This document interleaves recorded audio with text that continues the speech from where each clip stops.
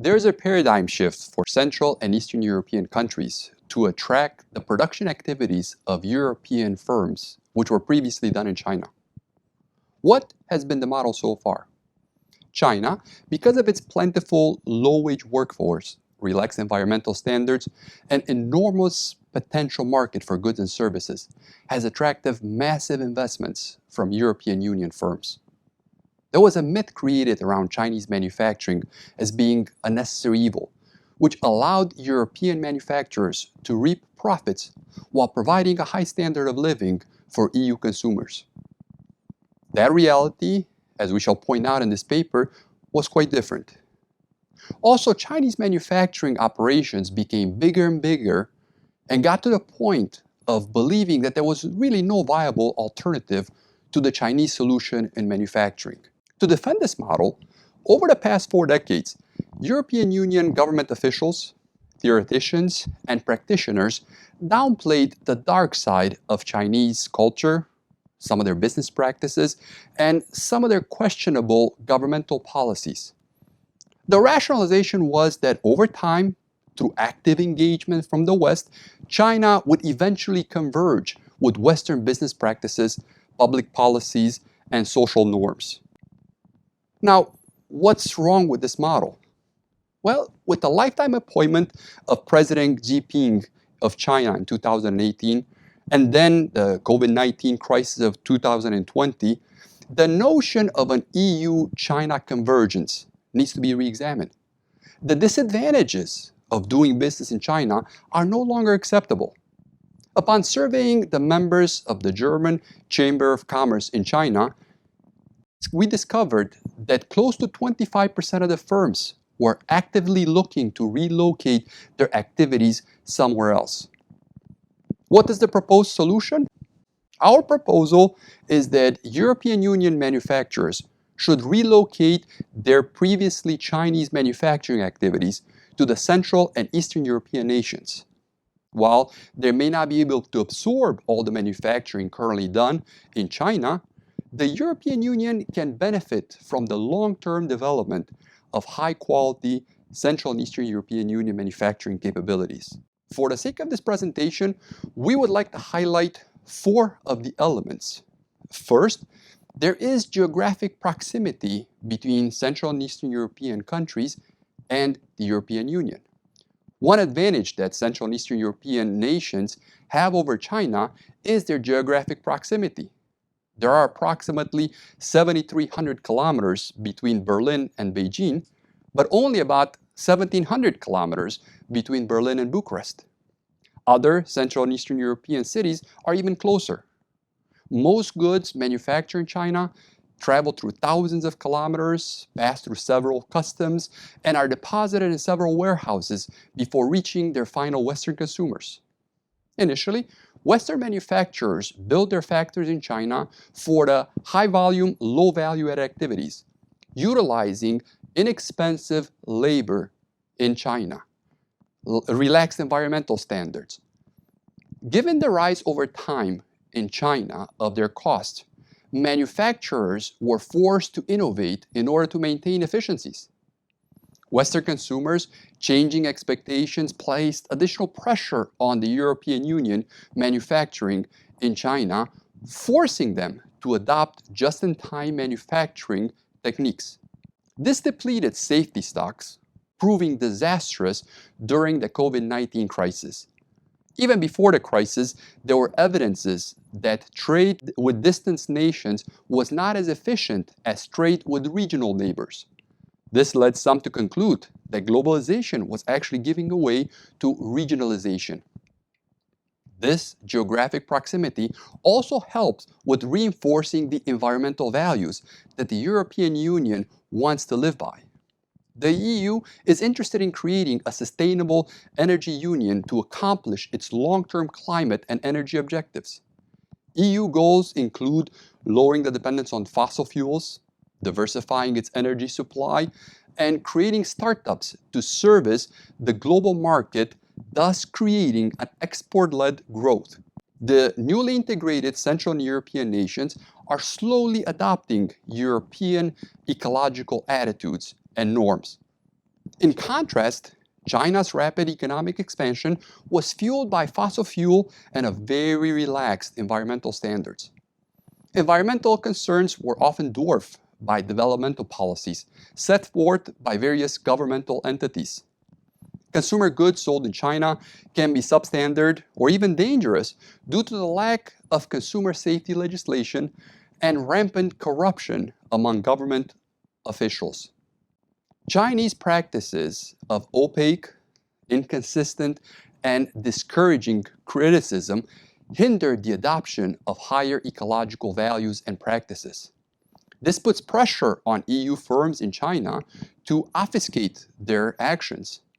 In contrast, Central and Eastern European nations have embraced European ecological values and are increasingly viewing them as an opportunity. Two, Central and Eastern European values are similar to those of Western European nations. And because of being integrated into NATO, oftentimes they share a common border, history, religion, culture, and economic values. They favor democracy, a free market economy, the rule of law, human rights, property rights, Western culture, and Western business structures. Since integration, millions have emigrated within the European Union, with most of them permanently and peacefully being integrated into European Union society. In contrast, Chinese business culture is significantly different from Western business culture in general. Bribery and gift-giving are long-standing business practices in China. Most Chinese see it as an integral part of guanxi, relationship building, which is essential to operate in China. However, what we found out was that bribery can often be recorded by government officials or competitors and later be utilized for blackmailing. High-profile cases are often used as public spectacles within the Chinese government who wants to prove something or punish someone. This is not to say that Central and Eastern European nations are void of corruption. However, in contrast with Chinese culture and business norms, there's a widespread agreement with Western values of integrity and transparency, and that bribes are harmful to business.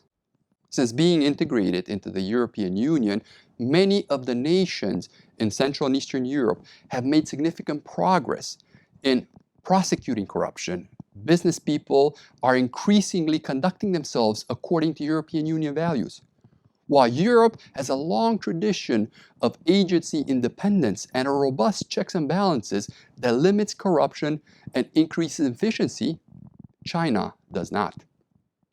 European leaders have been expecting Chinese business values to eventually converge with their own. Chinese leadership has been devious in promising reforms eventually, and arguing that the difference between the written rules and the operational practices should be sufficient for Westerners doing business in China.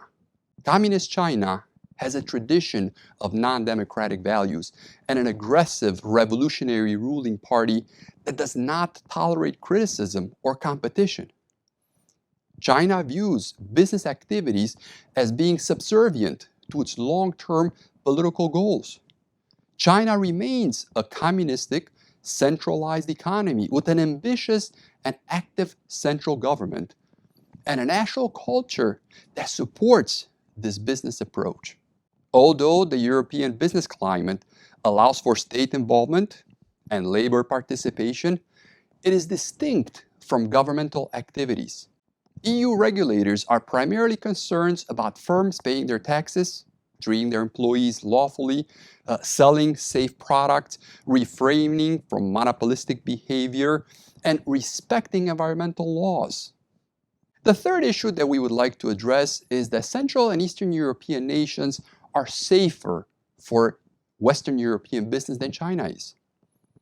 Now, China began opening its economy to Western manufacturers in the late 1970s. The Chinese insisted that Westerns operating in China had to accept a local partner, and that was the price they had to pay to gain access to Chinese cheap labor, relaxed environmental standards, and enormous domestic market.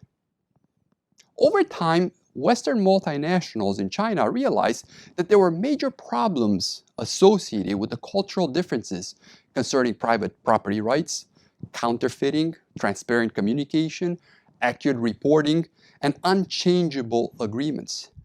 Central and Eastern European nations have robust, non-compete, and enforceable rules that protect foreign investors.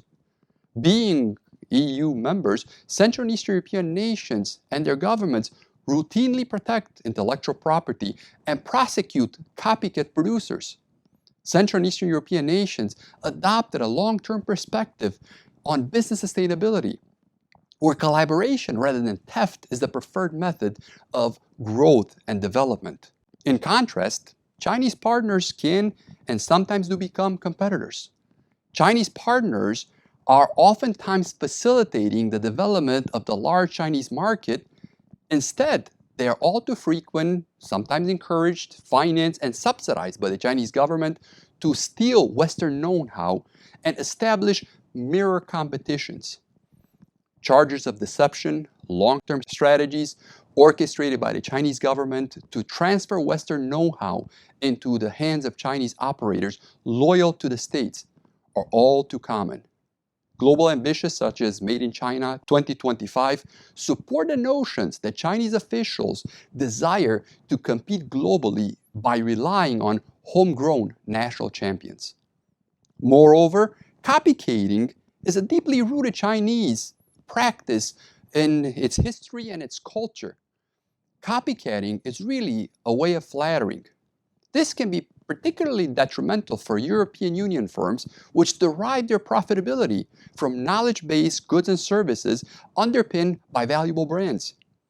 Knowledge-based products or services requiring significant upfront investment rely on secure and prolonged income streams from those investments.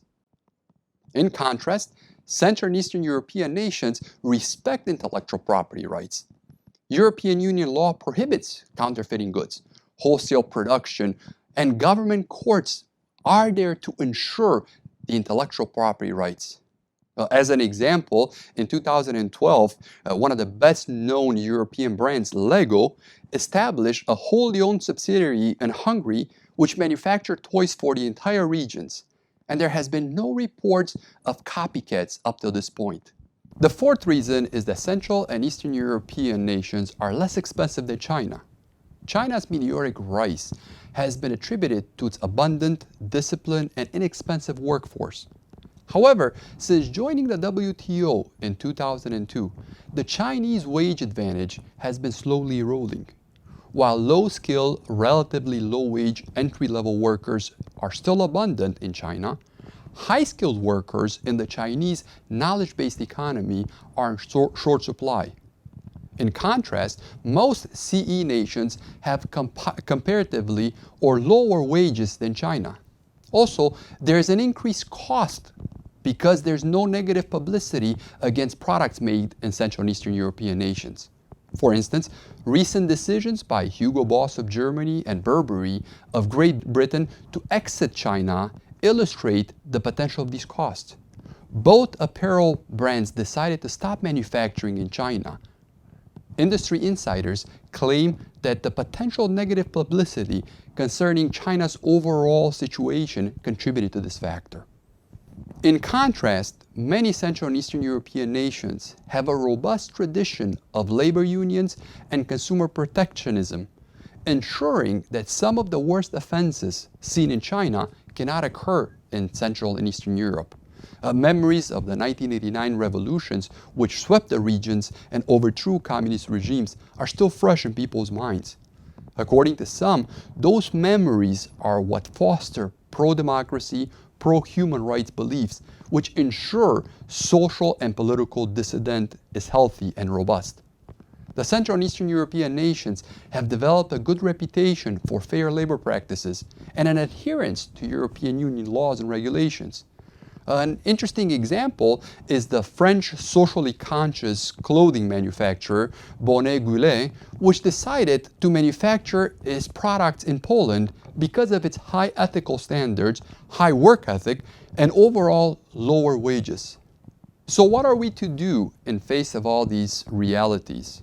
The COVID-19 crisis in 2020 created an opportunity for the European Union to reevaluate their twin response.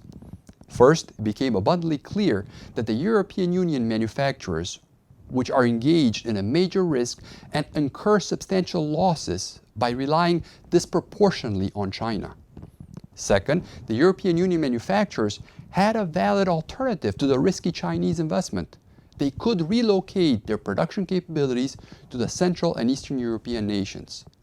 Although China remains an attractive market for EU goods, relocating a substantial investments in Central and Eastern European can provide the European Union manufacturers with a sound risk reduction strategy.